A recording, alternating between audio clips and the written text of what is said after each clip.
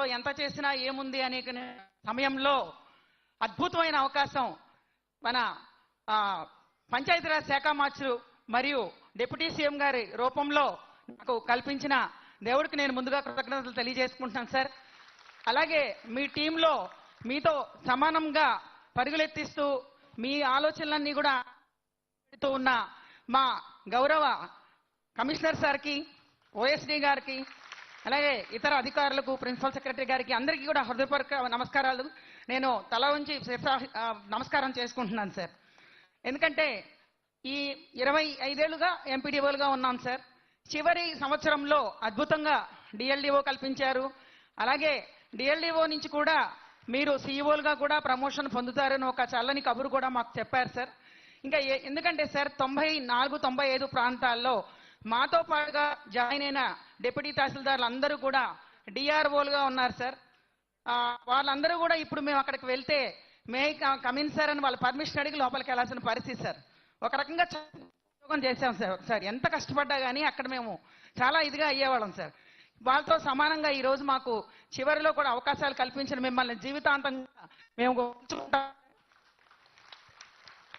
అలాగే తమరికి చేసుకునే చిన్న సబ్మిషన్ ఏంటంటే సార్, ఇప్పుడు చాలా మంది శానిటేషన్ గురించి మాట్లాడుతున్నారు సార్, పారిశుధ్యం గురించి. ఇది ఒక భూతం లాంటి సమస్య సార్. దేశాలన్నీ కూడా ఎదుర్కొంటున్నాయి. ఇందులో మన దేశం అతీతం కాదు. అయితే వీరికి అందరికీ కూడా ఇప్పుడు కొంతమంది మిత్రులు చెప్పారు, పాత గవర్నమెంట్లో మనం వాలంటీర్స్ని పెట్టినప్పుడు కూడా అప్పుడు మీటింగ్స్లో కూడా నేను ప్రస్తావన తీసుకొచ్చాను సార్. అంటే అప్పుడు నేను ఈ డిస్ట్రిక్ట్ పంచాయతీ రిసోర్స్ సెంటర్ మరియు సాలిడ్ వేస్ట్ మేనేజ్మెంట్లో జిల్లా అధికారిగా నేను పనిచేశాను సార్. ఆ రోజున మనం అడిగినప్పుడు వాలంటీర్స్కి పాలసీ మ్యాటర్ అమ్మా నువ్వు కూర్చోని నన్ను కూర్చోబెట్టడం జరిగింది సార్. అందువల్ల వాళ్ళకి ఫిక్స్డ్ శాలరీస్ లేక ఈరోజు ఇవ్వలేని పరిస్థితులు ఉన్నాయి సార్. తమరికి నేను విన్నవించుకునేది ఏంటంటే చాలా పంచాయతీలు సార్, గతంలో పాత గవర్నమెంట్లో వాలంటీర్ వ్యవస్థ వచ్చినప్పుడు రివ్యూ మీటింగ్కి పిలిచారు సార్ మమ్మల్ని. రివ్యూ మీటింగ్ పిలిచినప్పుడు నేను లేచి అడిగాను సార్, వీళ్ళందరికీ కూడా మీరు నెలకు 6,000 ఇచ్చినట్టుగా హరిత రాయబారులు కూడా 6,000 ఇవ్వచ్చు కదా అని అడిగితే ఇది పాలసీ మ్యాటర్ అమ్మా మీరు మాట్లాడకూడదని కూర్చోబెట్టారు సార్. సో అది ఆ కొరత ఎప్పుడు బాధిస్తానే ఉండేది సార్. ఈ వాలంటీర్లు ఏమీ చేయకుండా నాయకుల దగ్గర ఉండి అలా జీతాలు తీసుకుంటున్నారు, వీళ్ళు పగలల్లా కష్టపడి వీళ్ళకి 6,000 ఇవ్వలేకపోతున్నామని.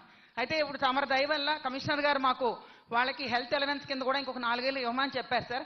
అయితే నేను ప్రధానంగా ఈరోజు ఇక్కడ పెట్టేది ఏంటంటే చాలా మంది చెప్పారు సర్పంచ్ల బిహేవియర్ ఇదంతా కూడా.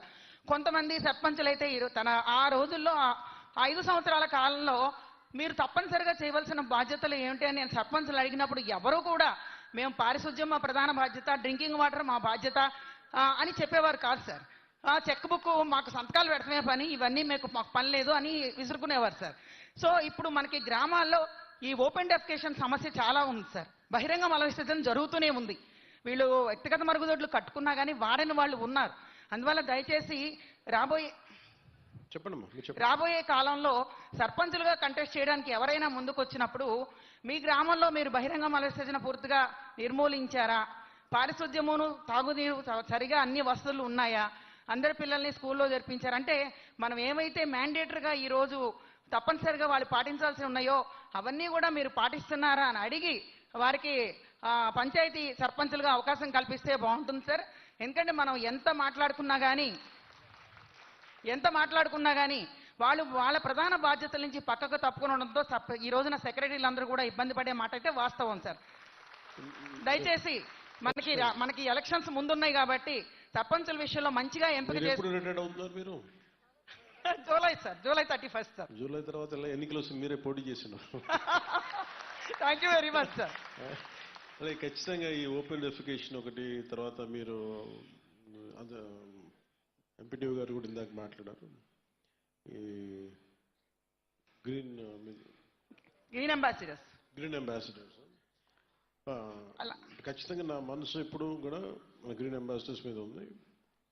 అందుకని థ్యాంక్ యూ వెరీ మచ్. గ్రామాల తాలూకు పరిశుభ్రత కానీ వాళ్ళ చేతిలో ఉంది. వాళ్ళకి ఖచ్చితంగా ఆదుకోవాలి. అది పనిచేసే వాళ్ళకి మనం ఆదుకోకపోతే ఇంకెవరైనా ఆదుకుంటాం. విజువల్లీ క్లీన్ జీపీఎస్ గా చేసుకున్నప్పుడు మనకి స్వచ్ఛ భారతం ఆవిష్కారం అవుతుంది sir. Thank you very much sir. నమస్తే సార్. అలాగే మీరు చెప్పింది కూడా ఏంటంటే ఒకవైపు ఏమో పొలిటికల్ లీడర్షిప్ కూడా బాధ్యత తీసుకోవాలి. అది మిమ్మల్ని అందరినీ కూడా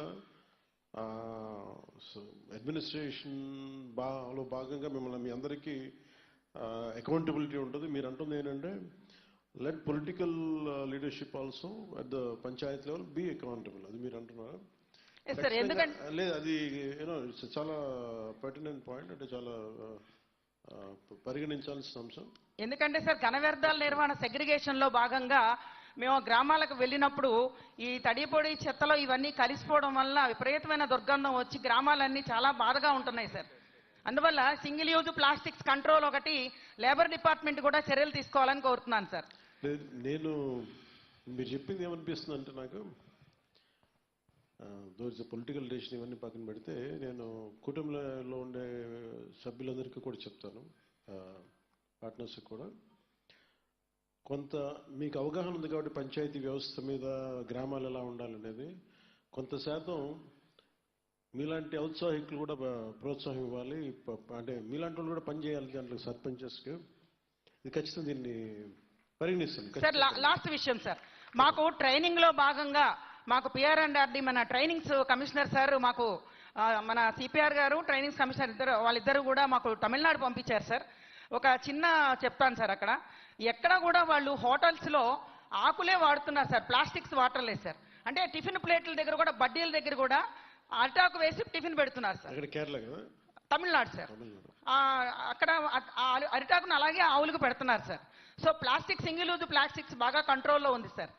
నంబర్ 2, అక్కడ మనకి వాళ్ళు చేసిన ఇంకొక మంచి ఇన్నోవేటివ్ ఏంటంటే ఈ ప్లాస్టిక్ బాటిల్స్, వాటర్ బాటిల్స్ పూర్తిగా బ్యాన్ చేశారు సార్. అందరూ కూడా క్యానులతో మామూలుగా స్టీల్ గ్లాసులో తాగవలసి. అంటే నేను మనం డిబేట్ అవుతామంటే నేను బేసిక్ మన పర్యావరణానికి సంబంధించి పంచాయతీ స్థాయిలో ఒక మీటింగ్ పెట్టినప్పుడు మీరు ఇలాంటి సలహాలు సూచనలు ఖచ్చితంగా. Sure sir. Noted sir. Noted sir. Thank you very much. Thank you sir. ఇక్కడ లేడీస్